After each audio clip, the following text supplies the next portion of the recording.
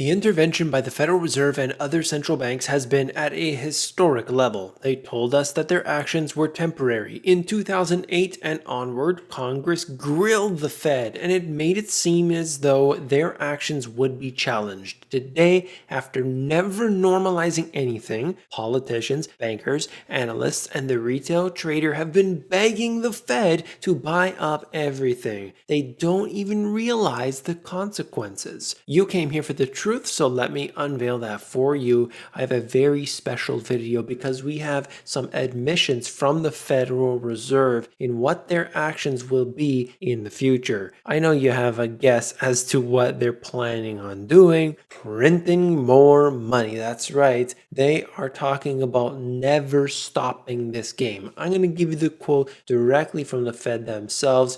I'm going to show you all along what's been happening, an update on the balance sheet really quickly. I'm going to get into some of the charts that I have associated with the market today because it is flying high, and that right there is truly an understatement. I've got some economic news as well. I'm going to try to cram it all in this one video. Let's begin.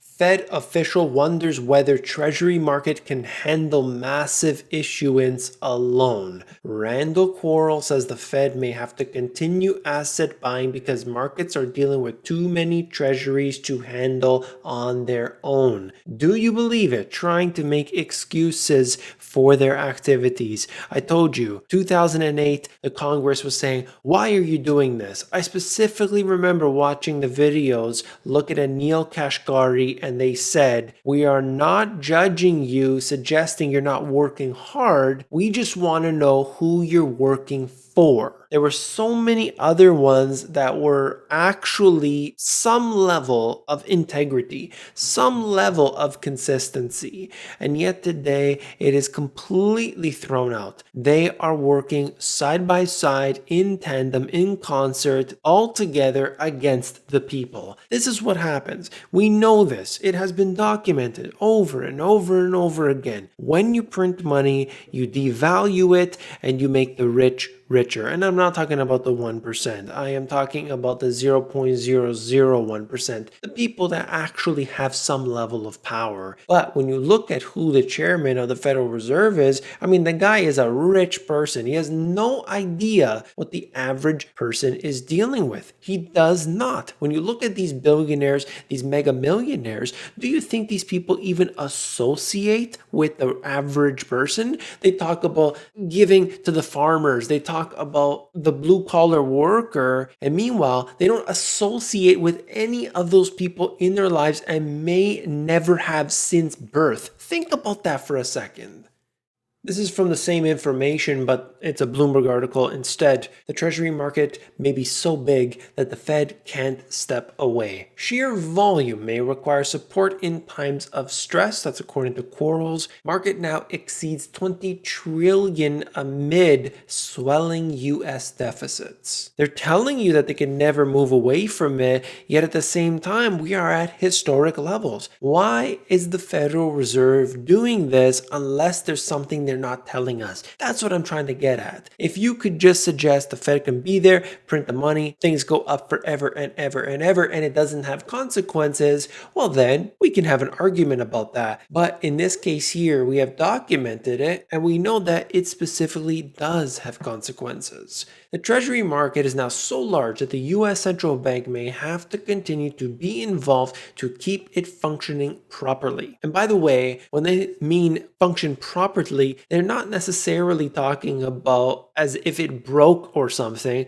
They do not want to have it falling. They do not want to have the bond market. They do not want to have the stock market coming down, even though they say specifically we do not track any of these asset prices in conjunction with our actions. We know that's not the case, but they'll say it anyway. The Fed has expanded its toolkit it uses to help ensure market stability, including the implementation of new repurchase operations facilities and swap lines. It also restarted direct purchases in the bond market and is still buying about $80 billion of treasuries per month. Look, they're buying $120 billion worth between the treasuries and the mortgage-backed securities. They are buying basically everything at this point. Just imagine the treasury issues a whole bunch of debt. The Federal Reserve monetizes that debt. And for those who disagree, it is an absolute fact that they now directly monetize it, utilizing the big banks as a very, very short-term middleman. And it's so unfortunate that the average person has no idea what's going on, even though this is their currency. This is so important.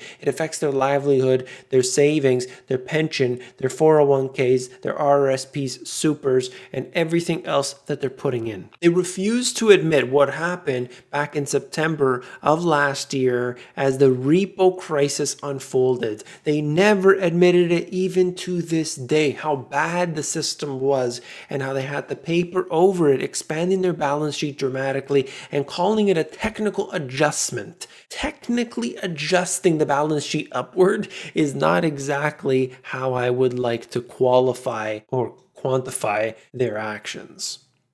Meanwhile, America's debt pile has exploded to more than $20 trillion from roughly $13 trillion 5 years ago. The Treasury market may now be so large that it may have outpaced the ability of the private sector to cope during periods of stress. That means there's an open question, one that Quarles said he has yet to arrive at an answer on, about whether there will need to be an indefinite need for the Fed to participate as a purchaser to support market functioning. This is it right here. I'm not saying that we have to continue to print money. I'm not saying that we have to do this forever, but it looks like that's the case. This is what they do, acclimating the public, slowly but surely. It may be that there is a simple macro fact that the Treasury market being so much larger than it was even just a few years ago, much larger than it was a decade ago, and now really much larger than it was even a few years ago, that the sheer volume there may have outpaced the ability of the private market infrastructure to support stress of any sort there. Essentially, the market starts to fall. There is nothing that can be done other than the Federal Reserve coming in to save the day. That's right. They are the ones with the S on their chest. The Superman, Jerome Powell,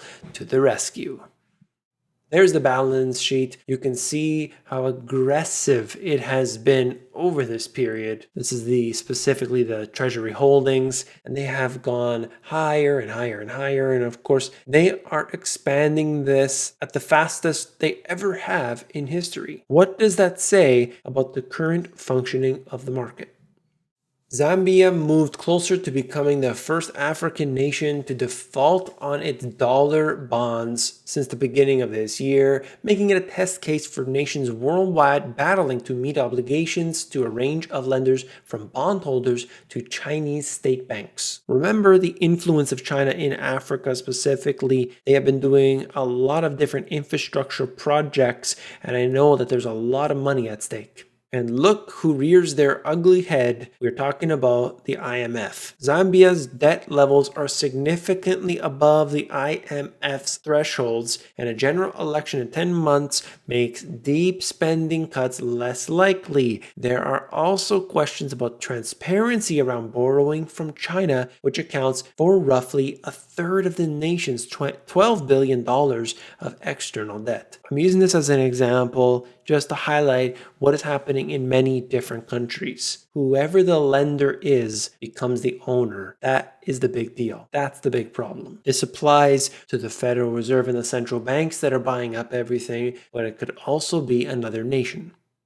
I've been highlighting what's happening with all of the store closures, with all the businesses that are going down, the bankruptcies and so on. I thought this was interesting because it shows you how the malls are dying, and specifically how a mall dies in stages. So it might be hard to follow on here, but it's taking this example mall and just breaking it down into these different stages. Stage 1, Sears goes under, space now vacant. Stage 2, you got more bankruptcy, stage 3 distressed, not bankrupt. It's basically pointing to these different companies. I won't bore you with all the details, but you go around and you see how then the little shops start to close. Once the anchor stores are gone, the entire mall just loses out. The lender and the landlord both in big trouble. And then behind all of that, the commercial mortgage-backed securities.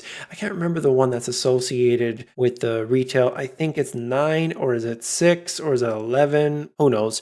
They're probably all garbage at this point. The only one that I would think may survive all of this is the multifamily. But if it's amongst the retail and so on within those beautiful packages, I think they're going to be in trouble as well. I'm going to end the video there. If you found this informative, all you have to do to support me is give me a thumbs up. You just have to click one button on the way out. Thank you very much. If you want to learn how to sell stuff online, I'm talking about e-commerce, you can learn for free in my course. It's available at the AmazonGPS.com. If you are interested in the financial system, learning everything from top to bottom, A to Z, you could do so in my 2 books. Check it out at the link in the description. If you want the audiobook instead, themoneygps.com. Hang on, where are you going? Don't go anywhere, don't click off. If you have not seen this video, you definitely want to. Click on it, I'll see you there.